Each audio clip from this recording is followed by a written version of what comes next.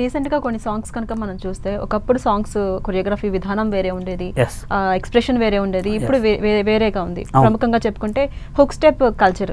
So, Yes. అందులో రీసెంట్‌గా Shekhar master అవును. ఏ స్టెప్ చేసినా కూడా కొంత మీమర్స్‌కెళ్ళిపోతుంది, వివాదాల పాలవుతుంది, విమర్శల పాలవుతుంది. యాజ్ ఎ కొరియోగ్రాఫర్ మీరేం చెప్తారు? అంటే నేను రీసెంట్గా చూసిన డాకు మహారాజ్ సాంగ్కి ఆయన యాక్చువల్గా నడుము మీద మామూలుగా అంటే నడుము మీద వేవ్ స్టెప్ అంటారు దాన్ని.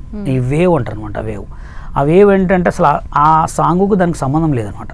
యాక్చువల్గా ఆయన ఏంటంటే ఈ వేవ్ మూమెంట్ అదొకటి జస్ట్ సీట్ మీద ఇట్లా హమ్మింగ్ చేసే మూమెంట్ ఒకటి. అసలు దానికి ఆ సాంగుకి ఆ స్టెప్కి అసలు సంబంధమే లేదు. నేను ఆల్రెడీ డాకు మహారాజ్ సినిమా చూశాను. ఆ సినిమాకి ఈ సాంగుకి సంబంధమే లేదండి అసలు. ఎందుకంటే ఆ సినిమాలో హీరోయిజం ఎంత టాప్ రేంజ్లో ఉంటాడో ఆ సాంగ్లో మొత్తం కూడా హీరోయిన్కే మూమెంట్స్ ఉన్నాయి తప్ప హీరోకి ఎక్కడ కూడా ఒక మూమెంట్, ఆ ఒక్క మూమెంట్ ఉన్నా కానీ ఇట్లా కొట్టుడే తప్ప వేరే మూమెంట్ ఎక్కడ లేదు.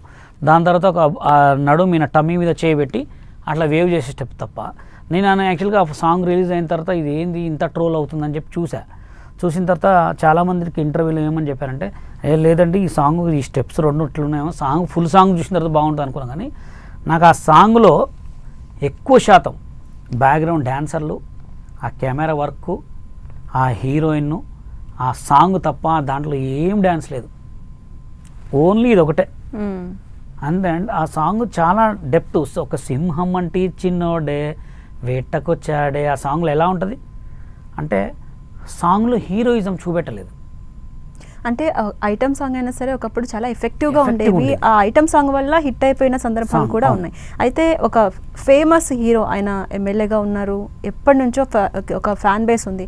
అలాంటి ఫ్యాన్ బేస్ ఉన్న పర్సన్ ఇలా చూపించడం ఆయన కెరీర్కి కానివ్వండి, ఫ్యాన్స్ ఆలోచన విధానంలో కానీ మార్పు ఎలా వచ్చే అవకాశం ఉంటుంది కదా, ఎలా దీన్ని చూడాలి మనం? కెరియర్కి అంటే వాళ్ళకి కెరియర్స్ అది ఎంత పట్టించుకోరు. కానీ ఇప్పుడు ఎట్లా అంటే ఇప్పుడున్న సిచ్యువేషన్లో మీమర్స్ కానీ ట్రోలర్స్ కానీ ఎక్కడ తప్పు ఎవరి మీద దొరుకుతుందా, అది చిన్న ఆర్టిస్ట్ కానీ పెద్ద ఆర్టిస్ట్ వరకు చూసుకోండి.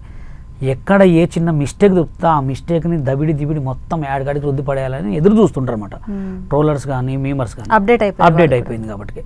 అలాంటి అప్డేట్ ఉన్న కాలంలో కూడా మరీ తెలిసి ఒక మా ఎమ్మెల్యే గారండి, ఆయన దేవుడితో సమానం, ఎంత పెద్ద స్టార్ హీరో అంటే ఆయన చేసిన దేవుడి క్యారెక్టర్లో కానీ చాలామంది పాండురంగడ్ సినిమాలో కానీ ఆయన చేతులు ఎత్తి మొక్కుతాం ఆయన. అట్లాంటి హీరోకి ఇది అనేది నాకు నచ్చలే.